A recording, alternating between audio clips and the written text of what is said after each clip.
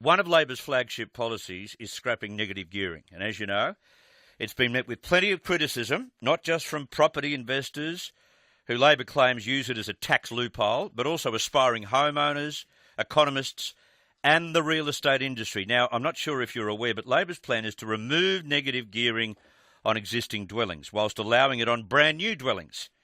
Now, the idea is that by doing this, there'll be more homes, keeping supply high and forcing rent down.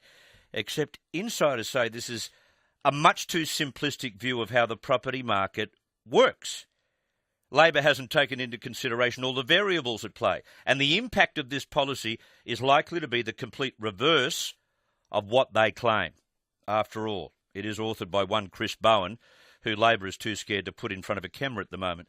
To tell us more, Peter OMalley from Harris Partners joins me in the studio. He's been doing his homework on the policy.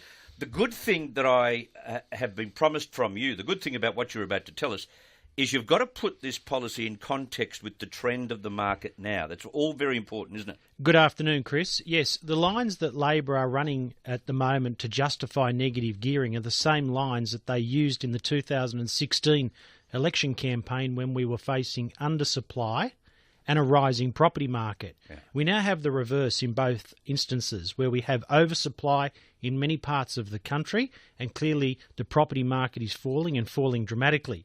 Now, the property market is falling independently of these changes to negative gearing, and I say to people that a politician's code for affordable housing is lower prices. So when a politician says we want to remove negative gearing because it will create more affordable housing, that's lower prices. Now, if you can live with that, by all means vote for the policy, but certainly understand it before you do swing behind it. And a lot of people are of the mindset now, and I know a lot of people who are in their late teens and maybe early 20s who started to work in a job, a lot of people have the mindset now that maybe I can't afford to own a house in my foreseeable future. But what I can do is, with the savings that I have and a friendly bank, I might be able to go out and buy little footholds in the real estate market and negative gear them to try and create some wealth for myself.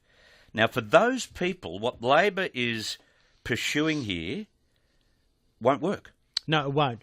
And personally, that's how I got on the property ladder. I didn't buy a waterfront property in Sydney. I bought a little unit in Glenelg in Adelaide, and negative gearing helped me get on the property ladder using that. And that's only going to happen more and more. That's right. Now, under Labor's negative gearing policy, negative gearing will only apply to brand new dwellings. Yep. Now, first home buyers are given an incentive by the state government to buy brand new dwellings here in New South Wales. So what we see happening is that the policy that Labor are proposing will push the price up beyond reason of brand new dwellings, creating a price bubble. That's the first unintended consequence of Labor's policy, and it will actually make it harder for first home buyers to purchase their first home. Yeah. Now, the other thing is that if they do have a property that they like to negative gear now, they cannot on-sell that new property to someone who wants to negative gear. So you'll get the new car syndrome. On the day you sign the contract, the property will be worth less than you paid for it. That's another unintended consequence. Now, Labor are saying that the top end of town like the Liberal Party's policies, but I think it's the reverse.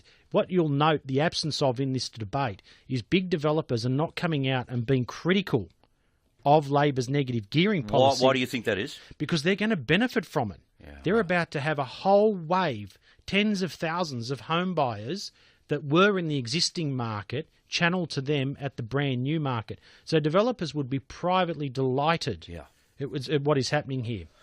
Okay, what about the rental market? How will this impact the price of rentals? We won't see a uniformed response across the country to Labor's negative gearing policy. So in a tightly held market that's anti-development, let me give you two examples, Hobart and, say, the eastern suburbs of Sydney. They're both largely anti-development markets. Therefore, as investors drop out of the market, investors will drop out of the market in two ways, Chris. They will sell out of the market eventually, or they won't buy in. And because the new development is not happening in tightly held markets, rents will shoot up dramatically too. So all of these people that they want to help that is to make things more affordable, it'll be out of their reach. Those that are saving for their first home will find it harder because they're actually paying more rent in the interim. Now, when we look at this globally, countries that don't have negative gearing in place in their property markets have higher rental markets. Right, just repeat that for my listeners. It's a very important point.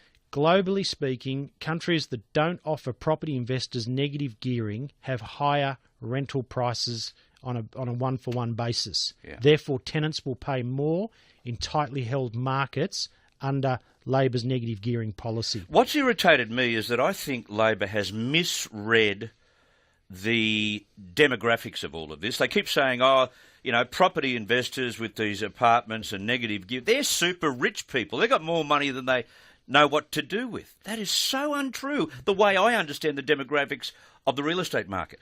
Correct. We see lots of rent rolls come up for sale in our business, and we've got a big rent roll.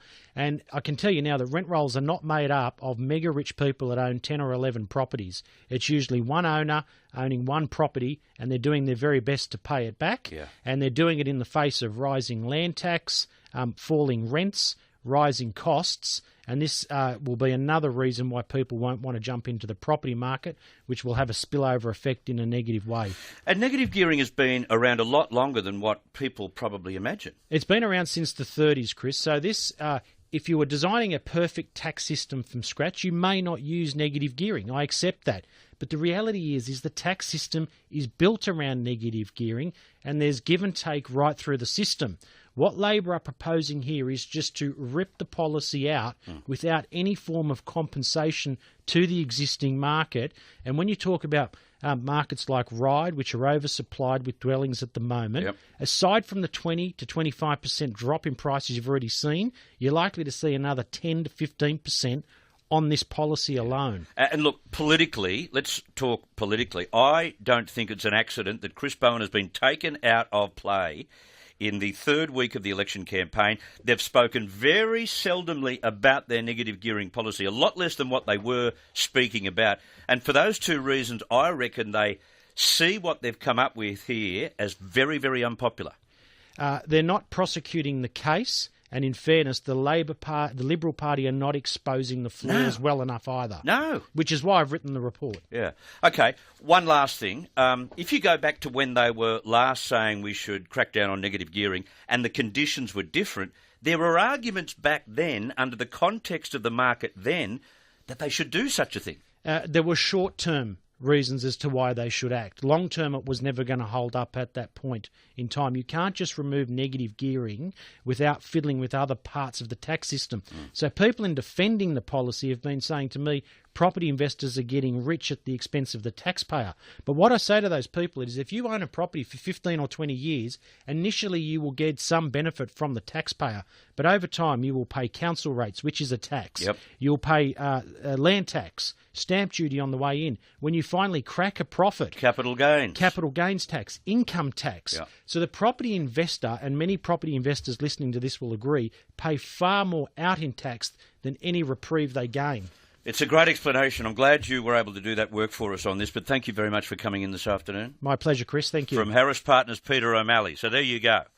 These have all got to be out there. We've got to unpack all of this stuff, and you've got to think about it carefully before you commit, because this is probably the most crucial federal election this country has ever faced. It's 22 minutes after 1.